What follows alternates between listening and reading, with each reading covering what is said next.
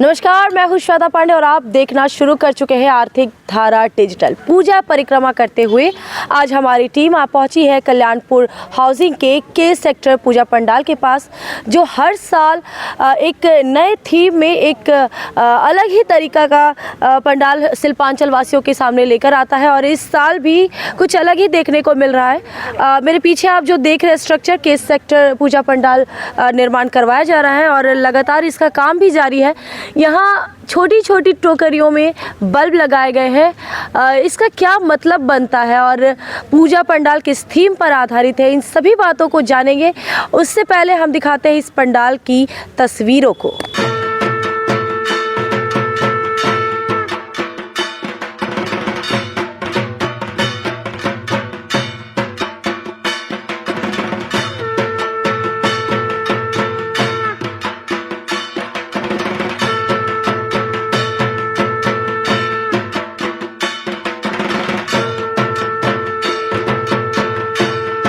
शिल्पांचल के भव्य पंडालों में से एक है कल्याणपुर हाउसिंग का के सेक्टर और इस वक्त के सेक्टर पूजा कमेटी के थीम आर्टिस्ट अभिजीत रॉय और सचिव सुधामय दास जी हैं और मैं बात करूंगी हर साल इतने भव्य पंडालों का निर्माण करवा रहे थीम आर्टिस्ट अभिजीत रॉय से।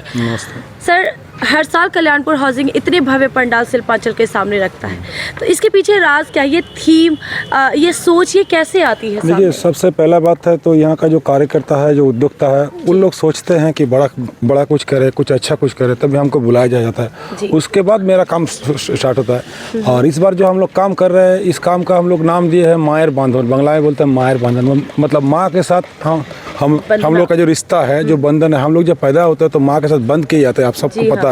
उसके बाद हम लोग को उसको हम लोग उसके बाद काट के हम लोग को अलग किया जाता है। लेकिन अभी भी आज तक हम लोग कहीं ना कहीं उसी बंधन से बंधे हुए हैं, वो इनविजिबल, लेकिन उसी बंधन को हम इसमें दर्शाना चाह रहे हैं। देखिए, चारों तरफ लाखों बंधन है। सोच लीजिए, एक आपका, एक मेरा, कि इनका, एक उनका, हम लोगों का बंधन माँ के साथ जो है वही, उसी को मैं सामने लाया हूँ इस बार। ये जो डेकोरेशन में बंधन का इस्तेमाल किया गया है, ये इसी का प्रतीक है। यस, मम्मी के साथ या फिर माँ के साथ या फिर मॉम के साथ हम लोग का जो बंधन है, माँ दुर्गा के साथ जो बंधन है, उसी को हम लोग इस बार दर्शाना चाह रहे हैं, इसको सामने ला रहे हैं। जी बिल्कुल, किसी भी धर्म या जाति या समुदाय के लोग हैं, माँ के साथ का जो बंधन है वो बिल्कुल एक जैसा ही रहता है। माँ और संतान का रिश्ता जो है वो इस के सेक्टर पंडाल के थीम में देखने को मिलेगा। हम बात करेंगे सचिव जी से, सुधामय दास जी। नमस्कार सर। नमस्कार। ये जो शिल्पांचल में भव्य पंडालों में से एक है के सेक्टर, काफ़ी भीड़ भी होती है, तो भीड़ को मेंटेन करने के लिए क्या क्या व्यवस्थाएँ की जाती हैं? देखिए, हम लोग शुरुआत से जो 5-6 साल से हम लोग ऐसे तो वॉलंटियर है ही है। उसके बाद हम लोग बाहर से सिक्योरिटी मंगाता है और प्रशासन भी है। बाकी सब हम लोग जो पैनल देखभाल करना चाहता है सब तो हम वॉलंटियर है, मेंबर है, 200-250 मेंबर है, सबको लेके हम लोग चलता है। कितने साल हो गए इस साल? इस साल हो गया 37 साल, 37। कई सारे अवार्ड्स भी दिए गए होंगे, तो उसके बारे में आप बताएंगे जरा। अवार्ड तो हर साल ही मिलता है, मोटा मोटी हर आप लोग का जो चैनल है, चैनल तो दिया जाता है फर्स्ट सेकंड थर्ड से, मीडिया की तरफ से देता है। 5-6 साल से कर रहे हैं हम लोग। हाँ, कोई साल फर्स्ट होता है, कोई साल सेकंड होता है, थर्ड होता है, ऐसे ही फर्स्ट सेकंड थर्ड में होता है। हम लोग हर साल ही हम लोग नया सोच, जो थीम आर्टिस्ट है वही उसी का सोच है और हम लोग बोलता है। ये जो थीम डिस्कशन होता है तो उसके लिए क्या होता है कि पूजा कमेटी के लोग बैठते हैं, डिस्कशन, तो कब से ये शुरू हो जाता है? मोटा मोटी 3-4 महीना से पहले से शुरू हो जाता है। हम लोग बैठने 4 महीना से हम लोग काम करते हैं यहाँ पर। मोटा मोटी उससे पहले 1-2 महीना पहले बात हो जाता है। उसके बाद हम लोग बातचीत करके कमेटी और हम बैठ के हम लोग डिसीजन लेते हैं कि इस बार क्या नया किया जाए, नया कुछ क्या दिखाया जाए आप लोगों को। फिर हम लोग अपना काम स्टार्ट करते हैं। कारीगर का जो बात है, मेरा सोच ये है कि हमेशा मैं लोकल को चांस देता हूँ। जो काम नहीं जानते हैं उसको मैं काम सिखाता हूँ, फिर उसको मिस्त्री तैयार करके मैं काम करता हूँ। ये मेरा प्रोसेस है। मेरा जो भी मिस्त्री है, जो भी मेरा हैंड्स है, वो मेरा लोकल है। ये आसनसोल बिल्ड का ही कहीं बाहर से नहीं लाता। दर्शकों को भी मैसेज देना चाहिए। हाँ, आप लोगों का पूजा बहुत अच्छा काटे, शुभ शारदिया। आप लोग आइए, पंडाल देखिए, अच्छा लगेगा। और यहाँ का माहौल बहुत ही बढ़िया है। आप लोग आइए, आप लोगों को हर साल की तरह स्वागत है।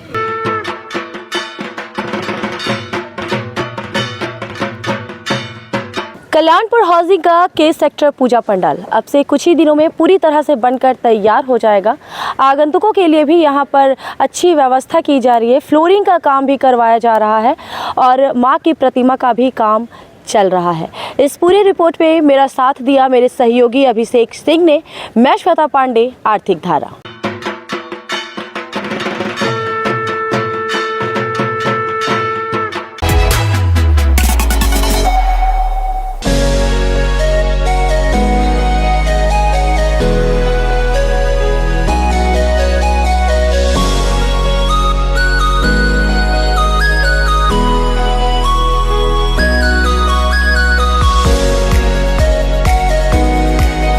आज हमारे साथ शिल्पांचल के एक जानी मानी शख्सियत है जिनका नाम है देवव्रत घोष।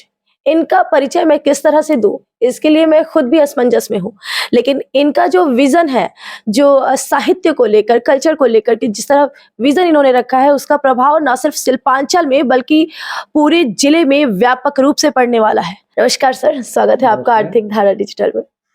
सर, आपने एक बहुत ही हटकर एक ऐसा विचार लाया है, एक ऐसा विजन आपके जहन में आया है जो काफी प्रभावशाली देखा जा रहा है। तो मैं चाहती हूँ कि आप हमारे दर्शकों को इस विजन के बारे में एक संक्षिप्त जानकारी दें।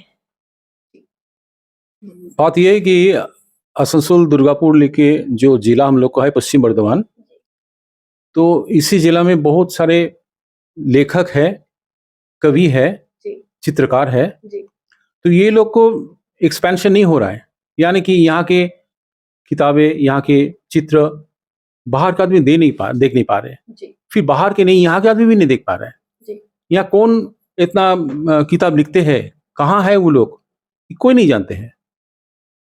तो हम सोचे हैं कि ये जो लेखक है, कवि है, इन लोगों को जो किताब जो निकले हैं वो लेके हम एक विपणी करेंगे, स्टोर करेंगे, जहां वो किताबें बिक्री होगा यहाँ से। अच्छा। और कुछ है ऐसे किताब जो अब नहीं मिलेगा, वो आदमी है ही नहीं, या वो यहाँ और पब्लिकेशन है ही नहीं, रेयर हो गए वो, तो वो हम लोग रखेंगे रीडिंग लाइब्रेरी में। यानी कि जिसको चाहे वो आके यहाँ पढ़ के उसको नोट्स ले सकते हैं, वो जानकारी करते हैं। लाइब्रेरी का कॉन्सेप्ट है। तो ये सुविधा यहाँ रहेगा।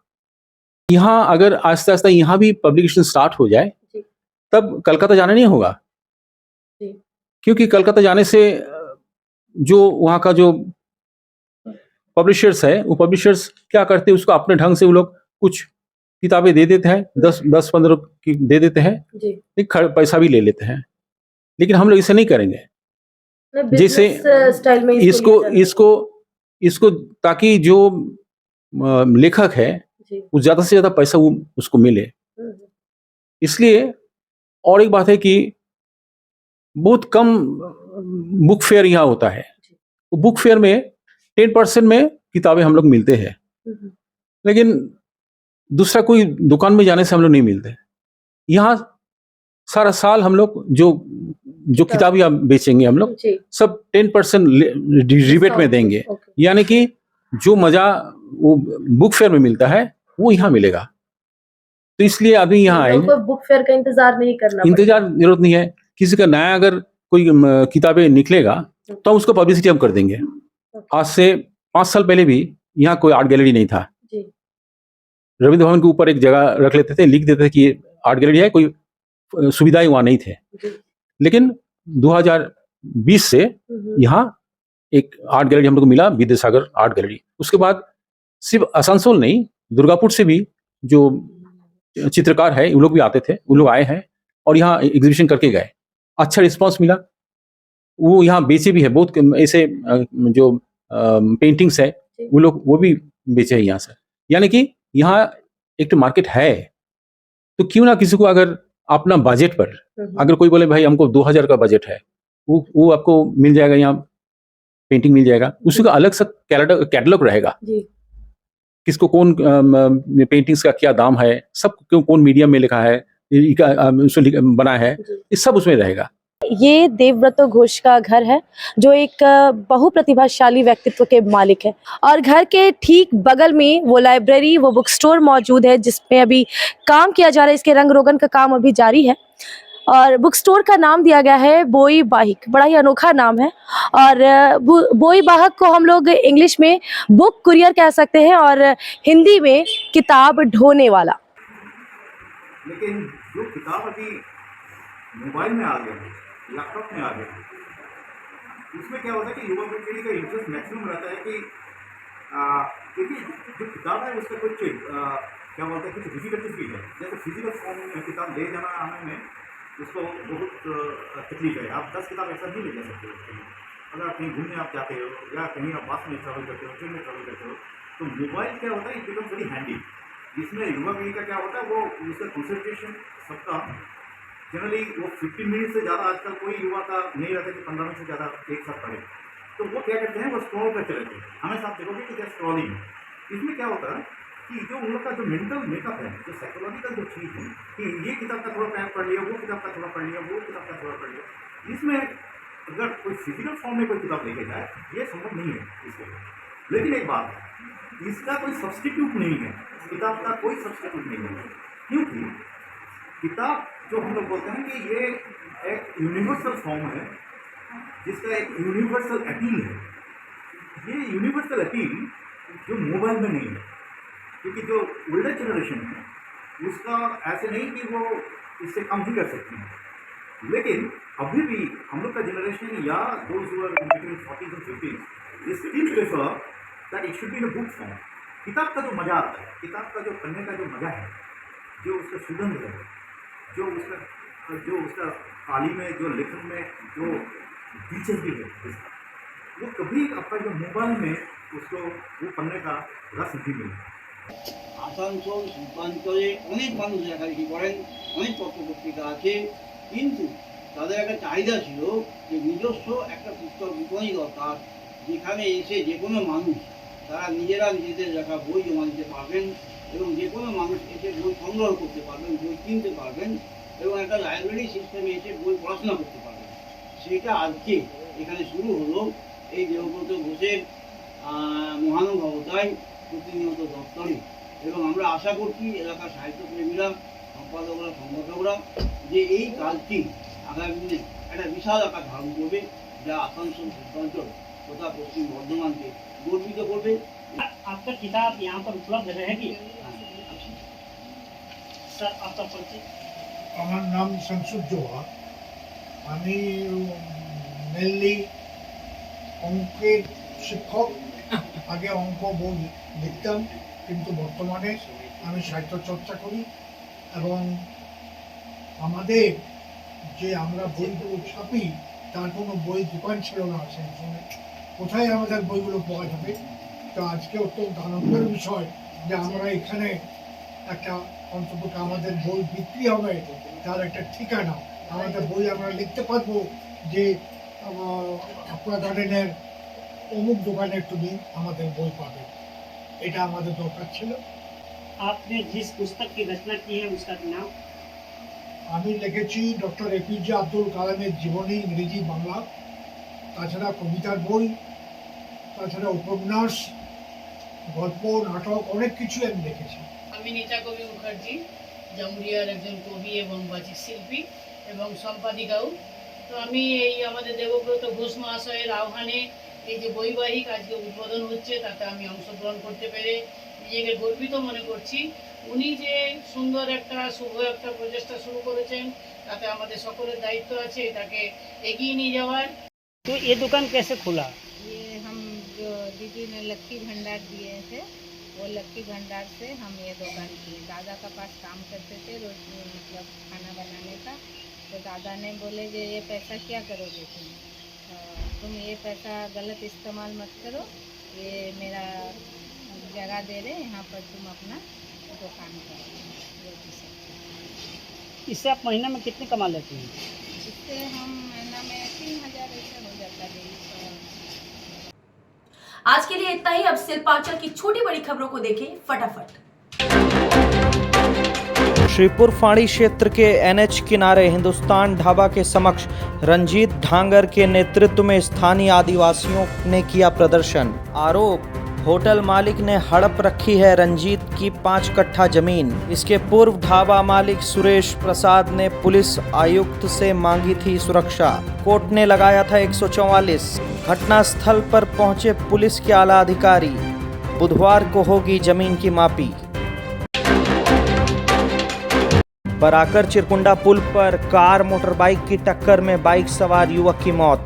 निरसा के गोपालपुर पंचायत इलाके का रहने वाला था मृतक 21 वर्षीय अनीस सिंह। मेयर विधान उपाध्याय ने वार्ड नंबर 84 में किया पूजा मंडप का शिलान्यास। बोरो चेयरमैन सह वार्ड पार्षद देवाश्रीष सरकार थे मौजूद। क्रिकेट वर्ल्ड कप के 12वें मैच में भारत को पाकिस्तान पर मिली जीत के बाद आसनसोल नॉर्थ इलाके में क्रिकेट प्रेमियों ने मनाया जश्न।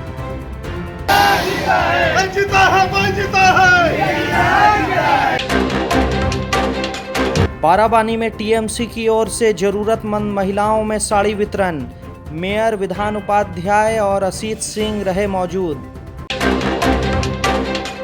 दुर्गापुर की छात्रा रोशनी दास की स्वीडन में रहस्यमयी मौत। उमिया विश्वविद्यालय में कर रही थी पीएचडी। परिजनों ने हत्या की आशंका जताई। रूपनारायणपुर फाड़ी पुलिस ने आग्नेयास्त्र के साथ गिरफ्तार किया 2 युवकों को। दोनों ही आरोपी रहने वाले हैं जामताड़ा जिले के। फिर होगी नए मुद्दे पर बात। बने रहे आर्थिक धारा डिजिटल के साथ।